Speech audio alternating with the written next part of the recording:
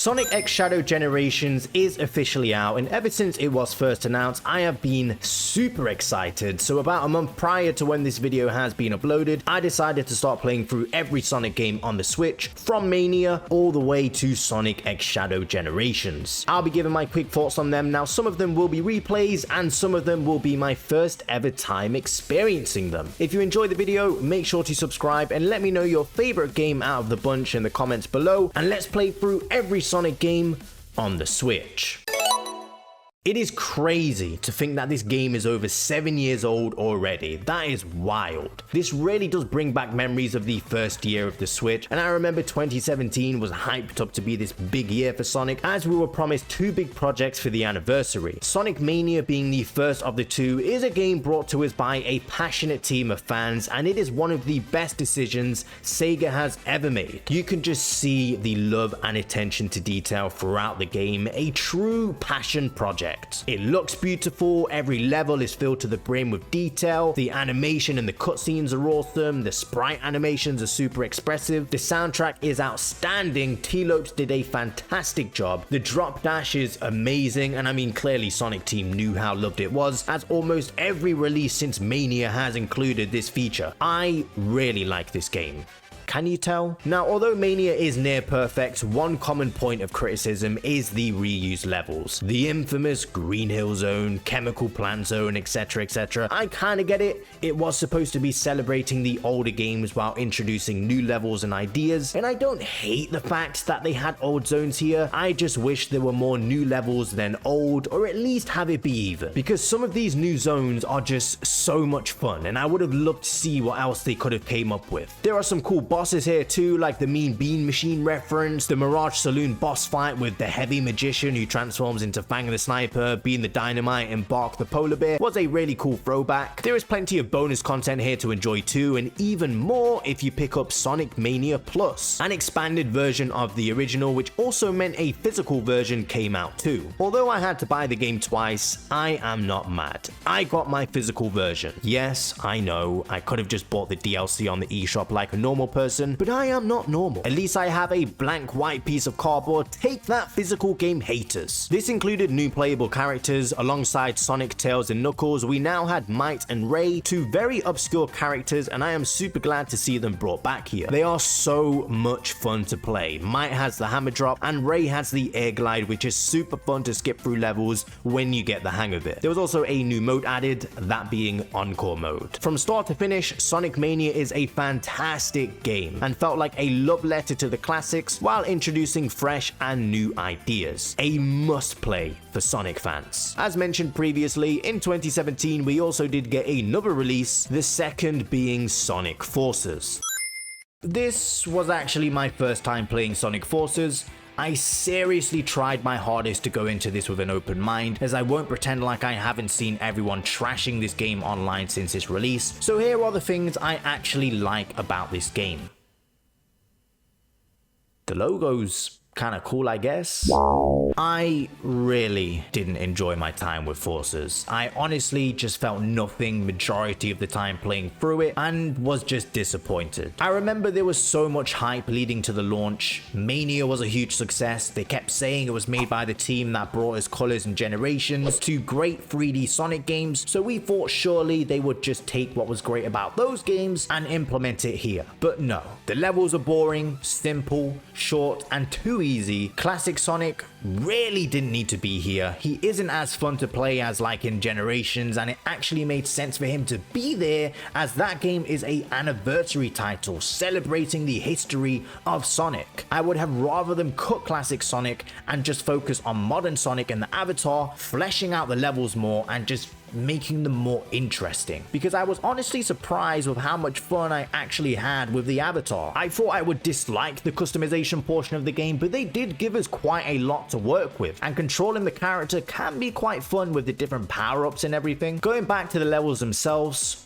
Why is Green Hill Zone and Chemical Plant Zone back again? I could give Mania the benefit of the doubt, but why are we here again? And you have to revisit the same stage quite a lot as you play through them with the 3 different characters. Just give us more original levels like Sunset Heights or something. The story is okay, I don't mind when Sonic games have a darker theme, and the cutscenes and dialogue can be kind of funny sometimes. The frustrating part about this is this game should have been an easy win, and maybe with more time in the oven it could have been another solid boost game up there with the others. I will say though, episode Shadow, despite it only being 20 minutes long, was pretty cool. Again, very simple levels and all, but it is free DLC, and it acts as a prequel, and it was kind of badass that Shadow humbled Infinite and told him to never show his face again, which caused him to start wearing that mask.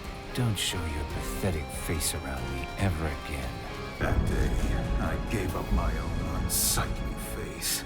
Pretty cool, I'm not gonna lie. Forces isn't the worst Sonic game in the world, but if you want a boost game to play through, there are so many better options on the Switch. And oh, the soundtrack, to be expected, is really good, and I suppose at least the game runs and performs well. I wish I could say more positive things about Forces, but I am honestly struggling. If you like Forces, fair enough, and maybe I will give it another chance in the future. Ha! You need driving lessons. Moving into some of the spin-offs next, we have Team Sonic Racing. In terms of the Sonic Racing games, they have always been pretty solid, if we are just talking about the more modern kart races, as there has technically been quite a lot of different types of races now that I think about it. I love the original, I remember playing it on the Wii, it's been years, I should go back and play it again. And while I haven't tried Transformed, I have heard nothing but good things about this one online, so I do need to play it one day. I did play Team Sonic Racing a few years ago on my PS5, but of course I had to get it again for Switch because the title of this video is I played every Sonic game on Nintendo Switch. While this isn't the best Sonic racing game, it is still a very fun and solid time. The whole gimmick here is of course the team aspect, and it feels like a nice throwback to Sonic Heroes in some ways. The character selection is pretty decent, it also comes with an adventure mode. It is very basic, and the dialogue can be a bit repetitive at times with them constantly saying they are suspicious of whoever the heck this guy is, but that is to be expected for a kart racer, and I mean not every kart racer has a story mode, so it is nice to see that here. Sadly, I never got to try online as I never played it around launch, so it has been pretty dead every time I've tried to find a lobby. This is overall a fun Sonic racing game, and it has Big the Cat too, so that automatically means this game is good. Mario and Sonic at the Olympic Games.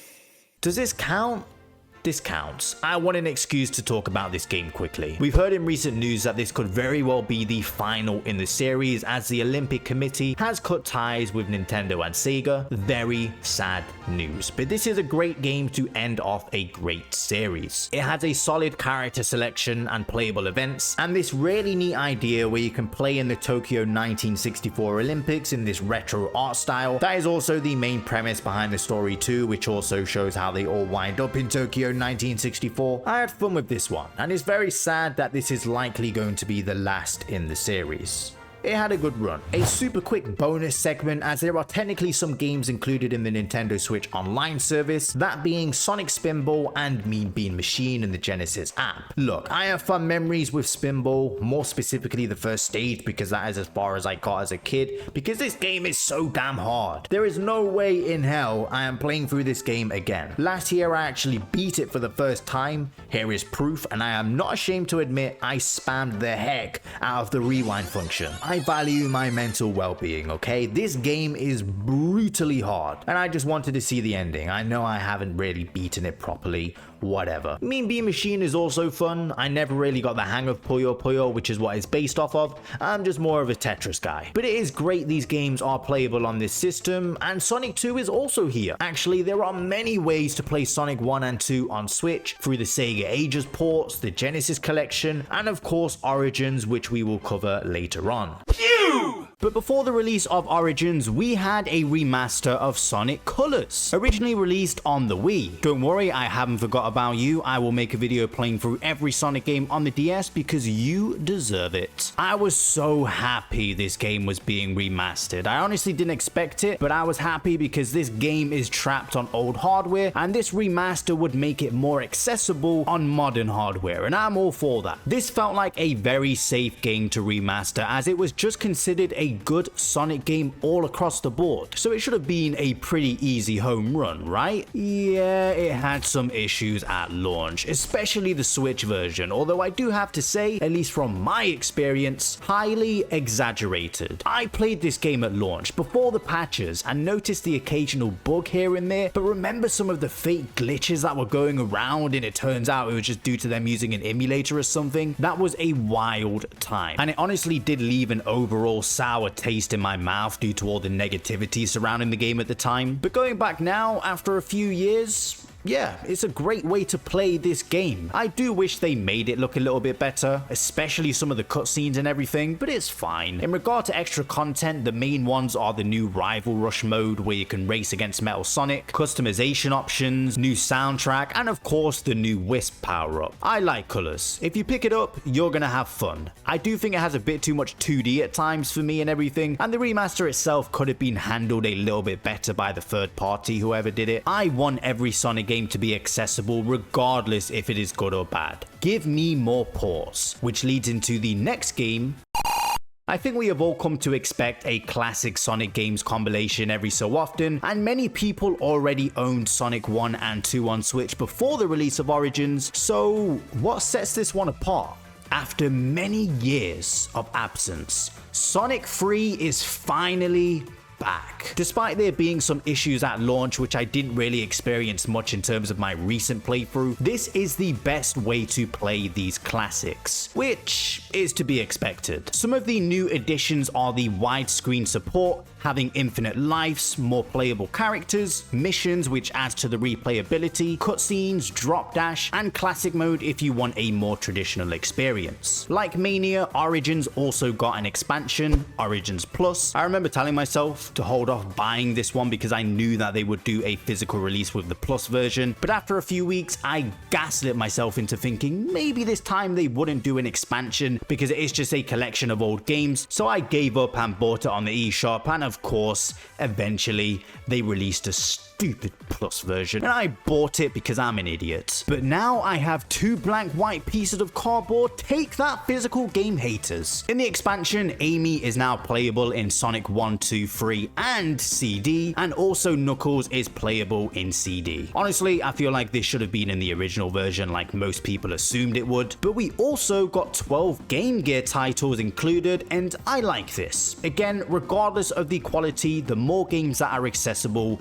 the better, and it just makes sense to chuck these games in. I remember playing through most of these games a while ago when I was planning on doing a video about all of the handheld Sonic games, but I never finished it. I blame you, Sonic Blast. But I don't mind playing them again. They are incredibly short and they range from like 30 minutes to 2 hours to beat, but a fair warning, prepare your ears when booting these up because that Sega intro sound is so loud and distorted. Okay, ready?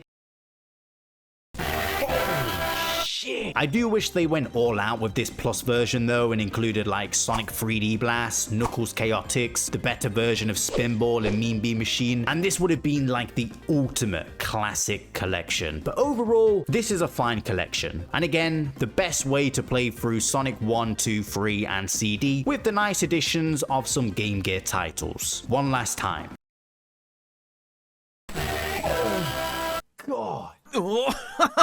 I've had this happen a few times now where I first play through a game and I enjoy it and overall think it's a good time, but on my second playthrough I fall in love with it even more and start to appreciate it in ways I didn't previously. I don't know if it's just down to me not being in the right mood when first playing or just reliving memories. I honestly couldn't tell you. I did play Sonic Frontiers at launch on my PS5, so I was curious to try this on Switch and see how it ran, and yeah, it's fine, I guess. I mean, it does look a bit rough at times, but that is to be expected. But I didn't really notice too many bugs or frame drops or anything in my time playing. I truly believe Sonic fits perfectly in the open zone format. While I do think the way the islands look here do complement the overall theme of the game with it being a bit darker and everything, I do sometimes imagine how this would look with the more colorful style of Sonic locations that we've come to love over the years. I do hope if we get a sequel, they can maybe experiment a bit more with different locations and just make them feel a little less empty. I love the combat and skill tree here, it's so much fun. I like the story in Frontiers too and the little callbacks to the past Sonic Sonic games like the Angel Island reference, and Sonic will mention old locations in the dialogue throughout the game. And don't get me started on the epic Titan boss battles with Super Sonic, with Undefeatable playing, Break Through It All, Find Your Flame, probably some of my favorite boss battles in Sonic history. I also wanted to touch on cyberspace levels really quick. I do think it was smart to include some more traditional boost levels here, and while we are stuck with Green Hill Zone and Chemical Plant Zone again, don't even get me started, there is a bit more to some of these levels, and I enjoy the callbacks to past level designs and figuring out which level is which. I get we are revisiting old memories and all, but if they wanted to do this, if they had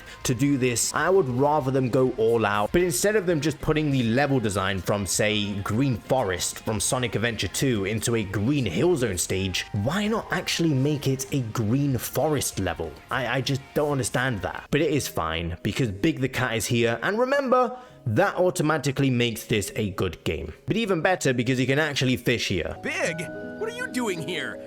How did you get here? What even is here? Yeah, how did you get here, Big? This is so random. In terms of fishing minigames, it is very, very simple, but it is so weirdly relaxing. Just chilling here with Big the Cat without a care in the world while all of our friends are trapped in cyberspace. It has to be the music. This is so relaxing. A lo-fi track in a Sonic game. I love it. We also got some free DLC, which is really neat. They didn't have to do that. They even added playable Tails, Knuckles, and Amy, which is really cool. Sonic Frontiers is a great game and is so close to being perfect, but if there is a sequel, I hope it gets a little bit more time in the oven, gives us more fleshed out locations with some more variety. If cyberspace does return, give us some more original levels, have more playable characters other than Sonic from the start like they did with the DLC, expand on Sonic's moveset and skill tree, give us playable Big the Cat, and you've got yourself one great sequel. I love Sonic Frontiers and it makes me excited for the future. That's right, Sonic, you do that silly little dance.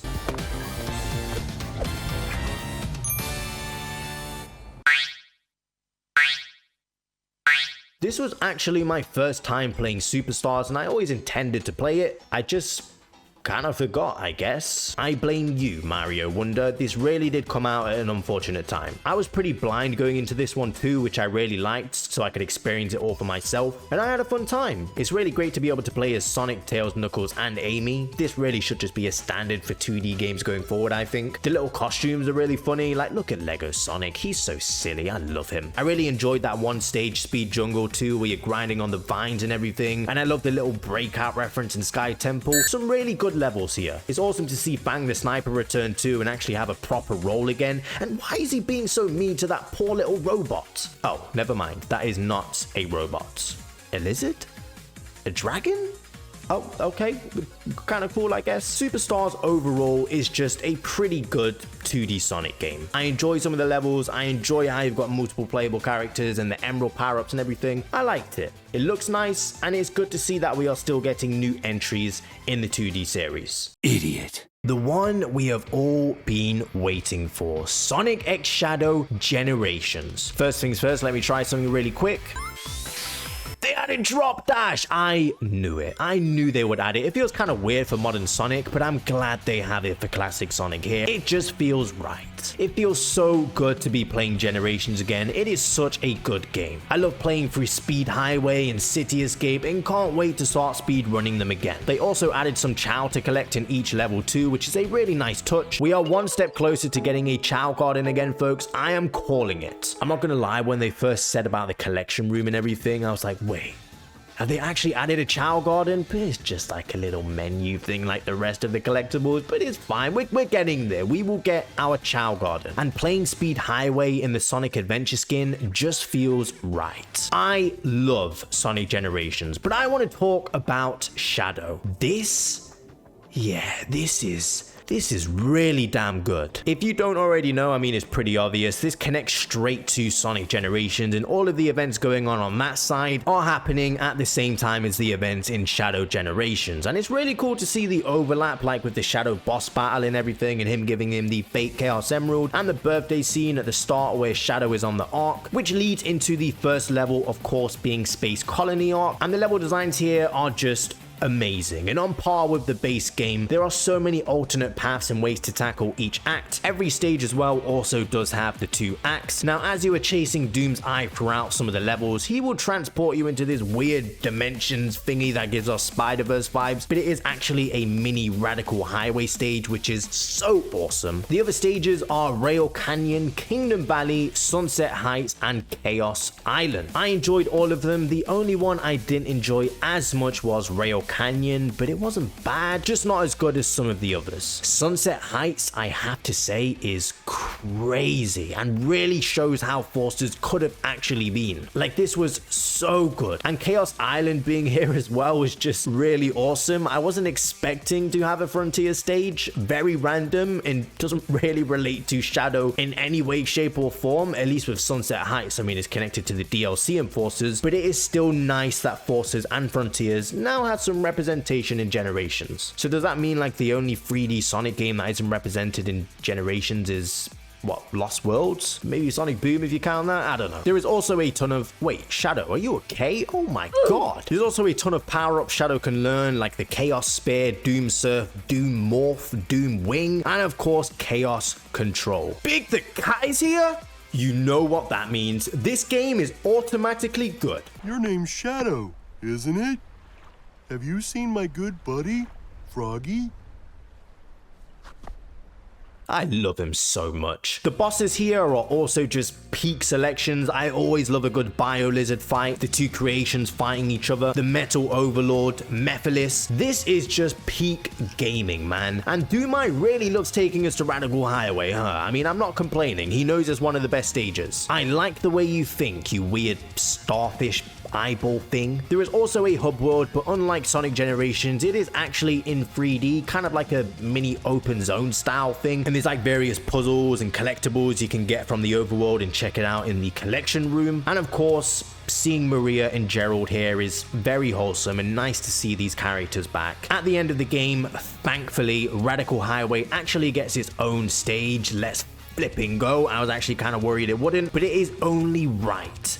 The Shadow stage is the one to finish it off. Now, the final boss, of course, is against Devil Doom and then Neo Devil Doom, and oh my, I just love this game so much. The boss battles, the levels, you really do have to play it. This is peak Sonic, or I mean Shadow, I guess. Well, I finished the game. The ending is very sad because Maria, of course, vanishes now that everything's been fixed. And we even see Shadow cry as he runs off. We see one of the tears fall back on Rouge. Not gonna lie, that got me. Why can't the guy just be happy, man? The poor guy. Overall, this is a really nice celebration of Shadow. The levels are a blast to play through. The bosses, I'm definitely going to be replaying them all and trying to get S ranks. And I may even go for 100%. Who knows? Maybe it's just the hype talking. But I'm gonna play the game a hell of a lot more. It's got a lot of replayability to it. This is so much fun. Shadow controls well. He's just a badass as you would expect, and having this tied in with Generations, a whole nother game that is amazing, by the way. I didn't really talk about it much, I know. Everything included in this package is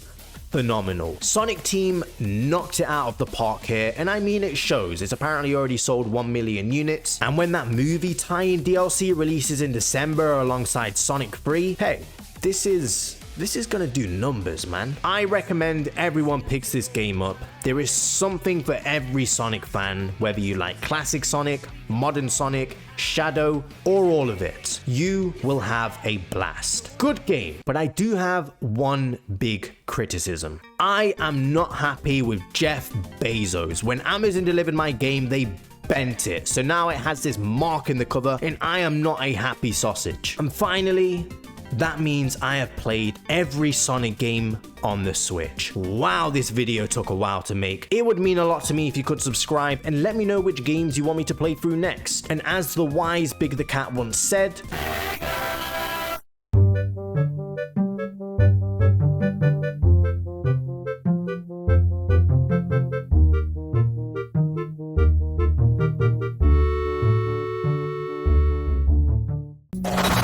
Sunrise.